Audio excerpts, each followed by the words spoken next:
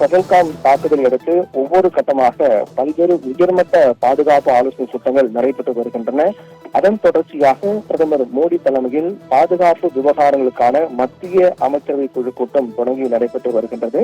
இந்த கூட்டத்தில் உள்துறை அமைச்சர் அமித்ஷா மற்றும் வெளியுறவுத்துறை அமைச்சர் ஜெய்சங்கர், தேசிய பாதுகாப்பு ஆலோசகர் அஜித் தோவல் உள்ளிட்ட முக்கிய அதிகாரிகள் கலந்து கொண்டிருக்கிறார்கள். இந்த ஒரு வாரத்தில் மட்டுமே, அதாவது பகல்காம் தாக்குதல் நடைபெற்ற பிறகு நடைபெறக்கூடிய இரண்டாவது கூட்டமாக பாதுகாப்பு விவகாரங்களுக்கான மத்திய அமைச்சரவை குழு கூட்டமாக இது பார்க்கப்படுகிறது. இந்த கூட்டம் இதுவரை நடைபெற்ற கூட்டங்களில் மிக முக்கியமான கூட்டமாக தான் பார்க்கப்படுகிறது என்றால், இதற்கு முன்பாக இதே போன்று பாதுகாப்பு விவகாரங்களுக்கான மத்திய அமைச்சரவை குழு கூட்டம் நடைபெற்ற பிறகுதான் அதில் முக்கிய முடிவுகள் எடுக்கப்பட்டு அதற்கு பிறகுதான் பாகிஸ்தானுக்கு எதிராக பல்வேறு அறிவிப்புகள் வெளியாகின. அதாவது இந்தியா பாகிஸ்தான் எல்லை மூடல், அதே போன்று சிந்து நகரின் ஒப்பந்தம் வெளியேற்றம், மேலும் இந்தியாவில் இருக்கக்கூடிய பாகிஸ்தானியர்கள் வெளியேற்றம், பாகிஸ்தானியர்களுக்கு இந்தியாவில் வர அனுமதி ரத்து உள்ளிட்ட பல முக்கியமான அதிரடியான அறிவிப்புகள்லாம் வெளியாகின. அதைத் தொடர்ந்து இரண்டாவது முறையாக இந்த கூட்டம் நடைபெறக்கூடிய காரணத்தால் இந்த கூட்டத்திற்கு பிறகும் கூட ஏதேனும் பாகிஸ்தானுக்கு எதிராக அதிரடி அறிவிப்புகள் வெளியாகலாம் என்று எதிர்பார்க்கப்படுகிறது. இதற்கு முன்னதாகவே நேற்று தினத்திலும் கூட ஒரு மிக முக்கியமான ஒரு பாதுகாப்பு தொடர்பான ஆலோசனை கூட்டம் என்பது நடைபெற்றது. அந்த கூட்டத்தில் பிரதமர் மோடி தலைமையில் பாதுகாப்புத்துறை அமைச்சர் ராஜ்நாத் சிங் மற்றும் தேசிய பாதுகாப்பு ஆலோசகர் அஜித் தோவல் மற்றும் 3 படைகளினுடைய தளபதிகள், முப்படையினுடைய தலைமை தளபதி என கலந்து கொண்டார்கள்.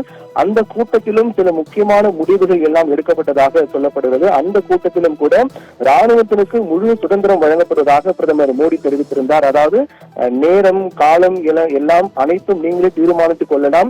உகந்த சூழல் அமையும் போது பதிலடி கொடுப்பதற்கு தயாராக இருங்கள். பதிலடி கொடுப்பதற்கான ஏற்ற சூழல் அமையும் போது யாருடைய அனுமதி எதிர்பார்க்க வேண்டாம், அனைத்தையும் நீங்கள் தீர்மானித்துக் கொள்ளலாம் என ராணுவத்தினருக்கு முழு சுதந்திரம் வழங்கப்படுவதாக பிரதமர் நரேந்திர மோடி அறிவித்ததாக செய்திகள் வெளியாகின.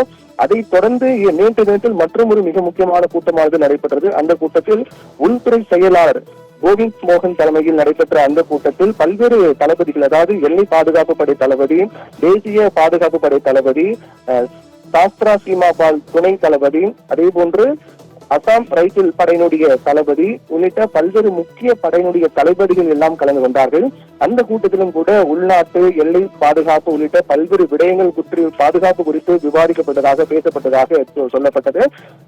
அதைத் தொடர்ந்து ஒரு சிறப்பு நாடாளுமன்ற குழு கூட்டம் கூட்ட வேண்டும் என்று எதிர்க்கட்சிகள் எல்லாம் முக்கியமான கோரிக்கை முன்வைத்து வருகிறார்கள். அதாவது பகல்காம் விவகாரம் தொடர்பாக தற்போது வரை எடுக்கப்பட்ட நடவடிக்கைகள் என்ன, மேற்கொண்டு இந்தியாவுடைய திட்டம் என்ன, எந்தெந்த வகையில் தீவிரவாதத்துக்கு எதிராக இந்தியா செயல்பட போகிறது, பாகிஸ்தானுக்கு எந்த வகையில் அழுத்தம் கொடுக்க போகிறது உள்ளிட்ட பல்வேறு விடயங்கள் பற்றி விவாதிப்பதற்காக நாடாளுமன்ற சிறப்பு கூட்டம், இரு அவைகளுடைய சிறப்பு கூட்டத்தை கூட்ட வேண்டும் என்று எதிர்க்கட்சிகள் எல்லாம் கோரிக்கை முன்வைத்து வருகின்றது.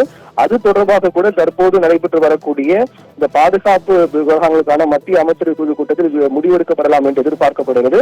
இதற்கு முன்பாக ஏற்கனவே SCOD என்று சொல்லக்கூடிய ஸ்டாண்டர்ட் கமிட்டி ஆன் டிஃபென்ஸ், அதாவது உயர்நிலை குழு கூட்டம் என்பது பாதுகாப்பு நிலை குழு கூட்டம் நடைபெற்றது. அந்த கூட்டத்தினுடைய உறுப்பினர்கள் 31 பேர் கலந்து கொண்டார்கள். அந்த கூட்டத்திலும் கூட என்னென்ன நடவடிக்கை எல்லாம் மேற்கொள்ளப்பட்டு வருகிறது என்பது தொடர்பாக விவாதிக்கப்பட்டு அவர்களுக்கு தெரிவிக்கப்பட்டது.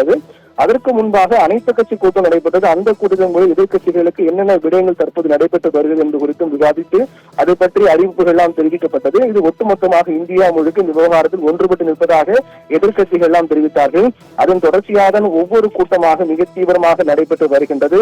உலக அளவில் இந்த நிகழ்வு என்பது ஒவ்வொரு நாட்டினுடைய தூதர்களும் அழைத்து அவ்வப்போது அவர்களுக்கும் இந்த நடவடிக்கை குறித்து உடனுக்குடன் தெரிவிக்கப்பட்டு வருவதாகவும், உலக நாடுகளுடைய ஆதரவை இந்தியா பெறுவதற்காக பல்வேறு முயற்சிகள் மேற்கொண்டு வருவதாக கூட கூறப்படுகிறது.